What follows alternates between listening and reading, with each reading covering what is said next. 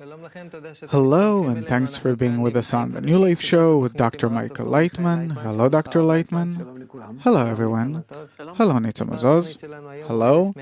And today we'd like to talk about national resilience. We'd like to find out how can we build national resilience to feel that we're strong and that we can deal with all of life's challenges. Be with us, Nitza, please.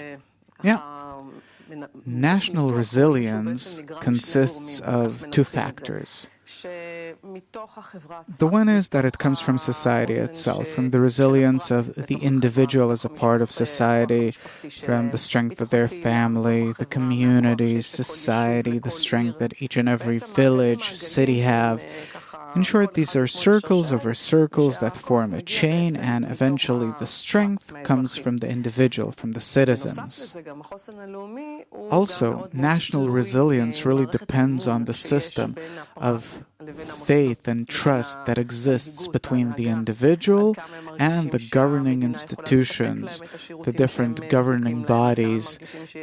To what extent does a person feel that the different governing bodies can take care of his needs, and also that there is equality and so on, and this builds national resilience. So maybe in general, we see that there are nations that are maybe more resilient and nations that are a bit less. So from your perspective of the wisdom of Kabbalah, how does the wisdom of Kabbalah see the difference in resilience between the nations? What truly makes a nation resilient? This is very hard to answer in one sentence. It depends on the character of each and every nation. What kind of resilience do they want to have, think they should have? What kind of resilience would they like to achieve? Because everyone lives under different conditions, and everyone has different inner conditions, meaning a different character.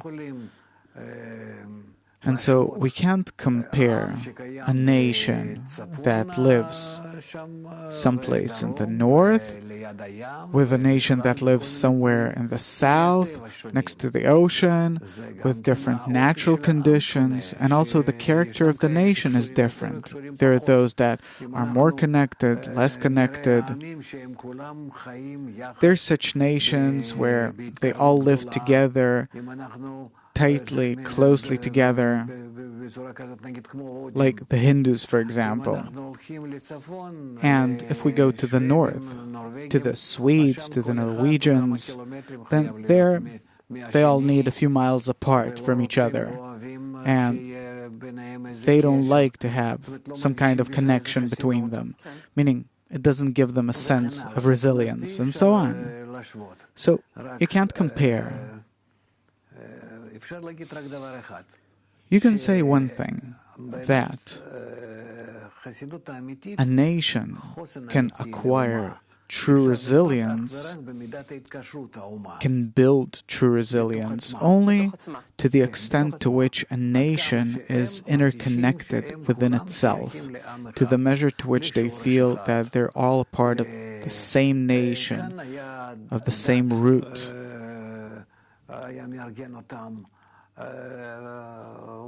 Here, religion organized everyone, even though that nowadays it doesn't really work. But this is the main thing.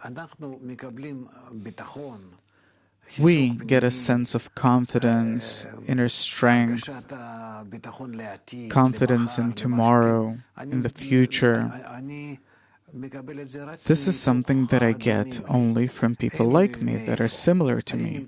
There's no other place to get it from. Under the influence of the forces of nature, that who knows what, also the government, wars. The most I can do is to be connected in a good and nice way with my environment. And this leads to national resilience. You said that people that feel that they're a part of the same root, from that one root they feel a certain force that builds them, that gives them resilience. Right. What is there about this root? Each and every nation has a root of its own, because every nation came from some parents that somewhere in the past there was a man and a woman, out of which came a nation. This is how it is, more or less. Afterwards, tribes, more and more, they divided, and so on, and this is how they turned into nations. And therefore, national resilience speaks of connection. The connection that exists instinctively among people that are part of the same nation, or in a way that they develop it. Today, where there is such strong assimilation between nations, among nations, and such a mixture like there is in the United States or in the different countries of Europe, where you have people from the Far East, the Near East, Africa, and so on. Today, the world's really intermingled. So when we're talking about national resilience, we're not talking about one religion, and we're not talking about one inner psychology that some nation has, but because they live on the same territory in the same area, that they live together in the same place. Yeah.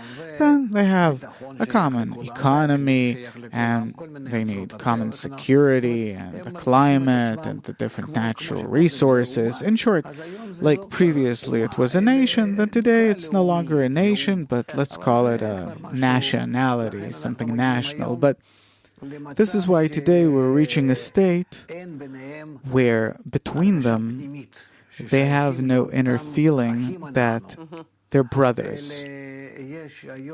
But today there's more of a feeling that we need it in order to protect ourselves. And national resilience has already lost its previous form. It's, I'd say, primitive form, the primitive form that we used to have, where we were really like brothers from the same tribe and so on. Yeah. But in order to survive in this jungle that we're living in the big cities,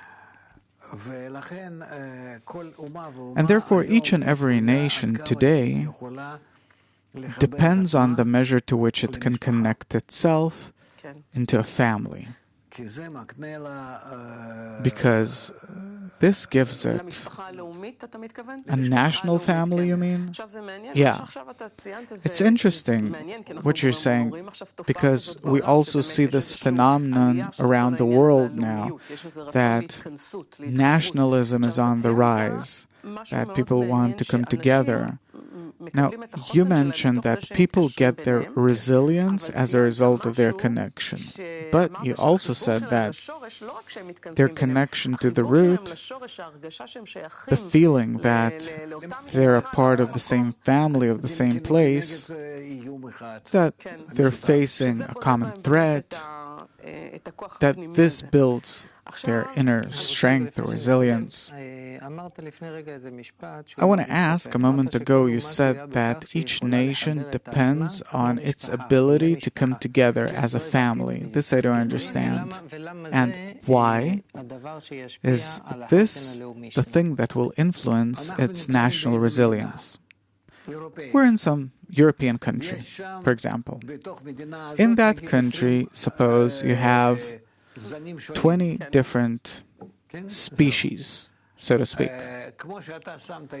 It's like putting together 20 different kinds of trees, flowers, bushes on the same piece of land. Now, what do they depend on? On what they get from the soil, the wind, the sun, from everything. What reaches them reaches everyone. Yes. So we have to think about ourselves as one family, whether we like it or not. Even though that we're very different, everyone has their own habits, religion, plans. There's nothing that ties between us, but because we are in the same state, under the same threat, for example, due to nature, due to economy, doesn't matter what. Therefore, we have to come together as a family. What do you mean? Even though that we're not one family. Yeah, but what does it mean to connect as a family? That we'll start seeing that we're dependent on one another. That we depend on each other only in order to what? In order to survive in all aspects. Okay, in order to survive. That's the safest thing, because I have no choice. If so, I have to treat my neighbor nicely and all the people in the city and even all the people in the country, because we're interdependent. And therefore, we can promise our future only to the measure to which the relationships between us are good. So this is where national resilience comes from. So our nation that consists of, suppose, 20 nations, different kinds, if each rises above his own kind, above the difference, and connects to everyone else, as if we belong to that same species, which is called our nation, then accordingly we reach a state where we can keep our stability, our resilience. So there's a thing and its opposite here. On the one hand, if I keep some kind of contact, connection to my root, my race, my common family, it gives me strength. On the other hand, when you described Europe, you said even disconnect from your root, from your origin, from where you came from. But if you all come together and rise above it, you will feel connection. Here, actually, in Europe, we see how non-simple it really is. There are different races, nations, kinds, and each and every country in Europe that really tear it apart, tear each and every country apart. Now, what you said about Europe, does it also apply to Israel, the people of Israel? In regard to the people of Israel, it's much more problematic, more complicated. Of course, because here, each and every person rips the country apart, not wanting to come closer to the other, to listen to the other, and so on. Here, it's much more problematic, because here you have Jews, and we know that Jews are the most egoistic, individualistic. They can't feel that they have resilience in connecting with one another. They don't feel it. No, by no means. It's easier to connect any other nation than the Jewish people. Right, because we came from the 70 nations of the world, and therefore we don't feel a part of the same nation. I can now go to the end of the world and feel at home. Yeah, feel at home, not even wanting to look at Israel. I don't feel that I'm a part of this nation in any way. So what's special, unique about the root of the nation of Israel, if there is such a thing? The unique thing about our root is that in the days of Abraham, our patriarch, we were connected above our corporeal differences, that we came to him, 70 groups, from the different small nations that inhabited Babylon. So if I understand correctly, not like other nations that were connected to their own individual root, race, corporeal, biological root, from which they derived their strength and resilience. The nation of Israel, the people of Israel, the Jewish people actually came from different tribes. They don't have the same biological origin. True, and they built that origin between them. Yes, by connecting with one another, saying that by connecting as one man in one heart, in brotherly love between us, this is our origin. This is as if the seed from which our nation begins now. Meaning, it's not a corporeal seed coming from some man and woman, but it's a spiritual seed, out of which comes a new nation now called the people of Israel. So the disconnection you've described previously, and we see that the Jewish people are disconnected, it's actually what being disconnected from the spiritual root that connected us.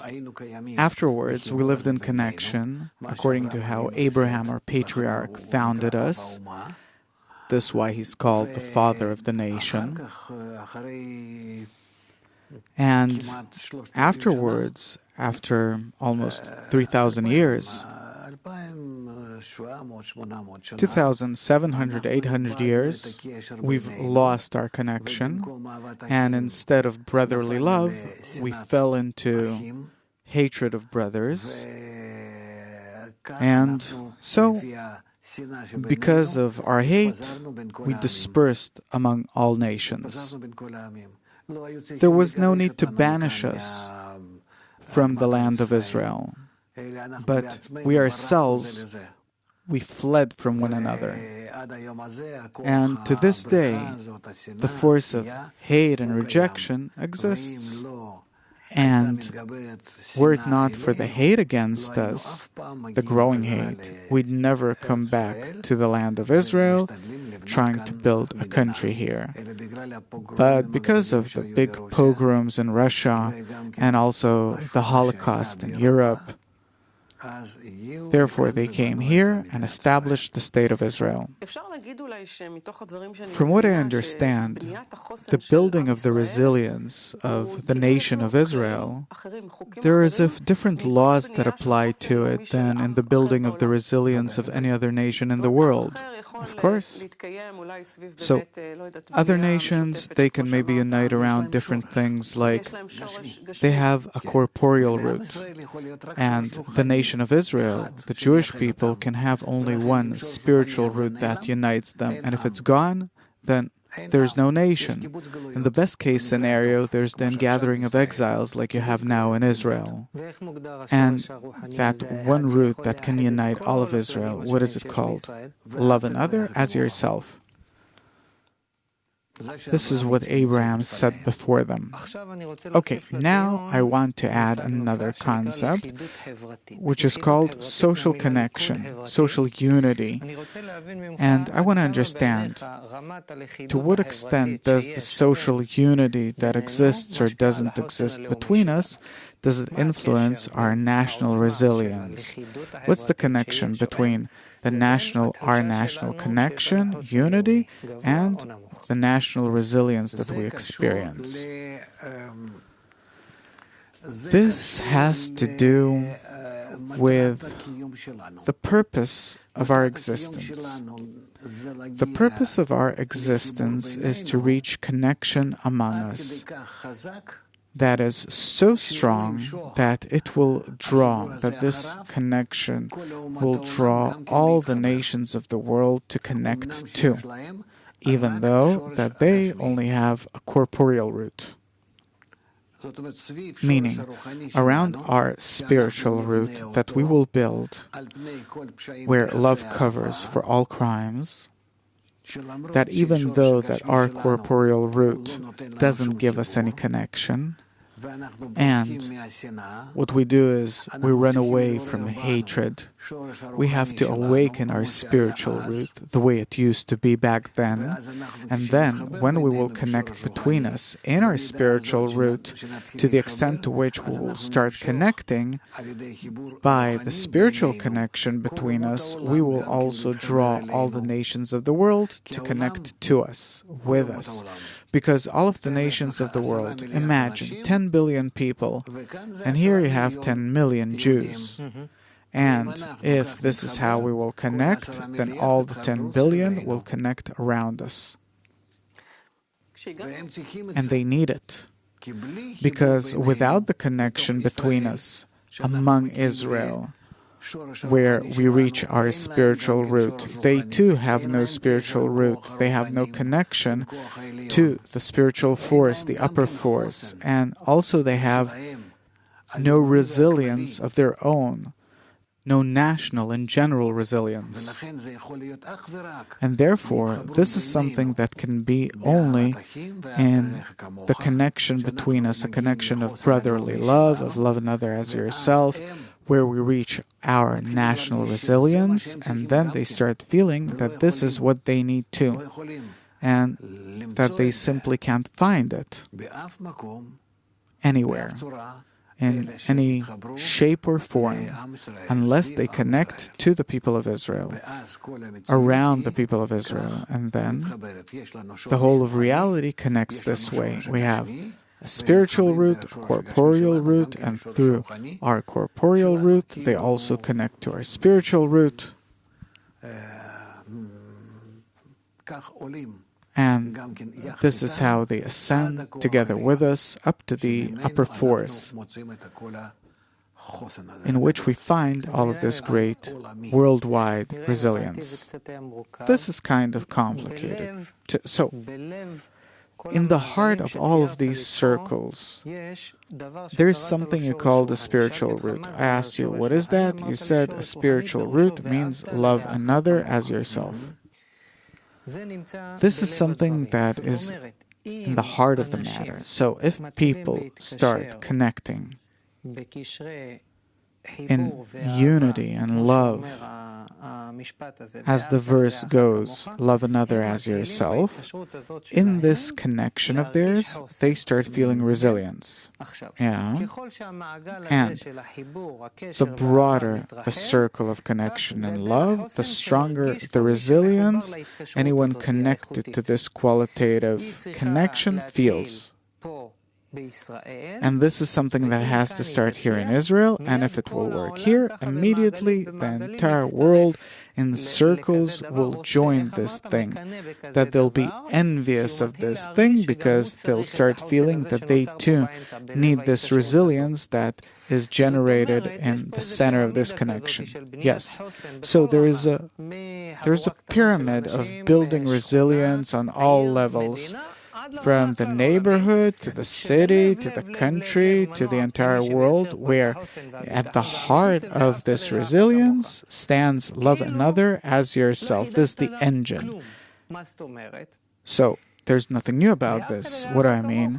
Love another as yourself is something that exists for thousands of years. All the religious methods talk about it, ethics. We're saying, look, you want national resilience? No problem. Work on love another as yourself. Start connecting people on all levels, in the neighborhood, in the city, in your country. It works? Great. You'll have the strongest national resilience. I'm not telling all the nations to do it, only the nation of Israel. Yeah, you're saying that it has to start here. Why am I asking? Why is love another as yourself as if the key to everything? That this is what determines whether a nation will feel national resilience or not? It's very simple, because by that we connect to the whole of nature. That's entire, whole, complete, integral, that all of its systems are interconnected. If we're also connected that way, and we suit nature, then we can receive from nature without any resistance this force of nature, for it to control us in a good and nice way, and this is the true resilience. I want to ask about the world's attitude toward Israel, because the more Israel tries to build its resilience based on military force, political force, and so on, the nations of the world resist it more and more. They don't like the fact that we're strong. True. When we'll be internally strong, when our national resilience will be based on your approach, they won't want to break us from the outside? No, because this is what they will draw their resilience from. How will that work?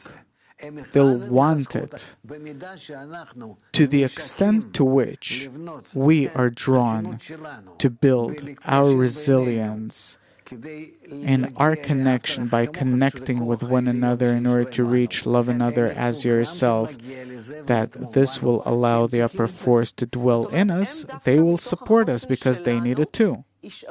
So they will draw their resilience from our resilience? Yeah. And therefore, now, they're accusing us that we are a threat to world peace. Right? Why? Because we give them no resilience. So, today the accusation against the state of Israel is that we're a threat to world peace. Then this will change into something else, into support, if we will build our inner national resilience out of the connection of love another as yourself. And then what? Just like now it's a threat to world peace, this will be the source of peace and tranquility and abundance for the entire world. This is how it is. So simple, nice, and it's all up to us. And the rest of the world, as we understand now, they justly are putting pressure on us, only they don't exactly know what to do. But they're justly putting pressure on us, wanting us to do something finally. But what exactly they don't know? That they feel that, they smell it, that this is the source of the problem, that they want to get something good out of this and they get nothing. So what do they want to get? Resilience, a sense of confidence, a feeling that they're advancing, the meaning of life, everything. And they have nothing. And we can give it? Yes. If we connect between us, we will have what to give. In our connection lie all the natural resources. Last question. What's the connection between nature and natural resources and the feeling of resilience? What else do we need? If we're connected to nature. Nature, it's not just a piece of land. It's everything in which we exist, the system that we exist in. That if we're connected to this system, then we know about the yesterday, today, and tomorrow. We know what's going on with each and every one of us and all of us together. We know how to influence it. In this, we're really connected like a baby to his mother. So why will this connection to nature come through love another as yourself and not through studying nature? Because studying nature won't give us anything. Because the connection, love another as yourself, is the connection that we attain. And through the connection that we attain, we connect to all of nature. The connection is the solution. And doesn't physics connect us to nature?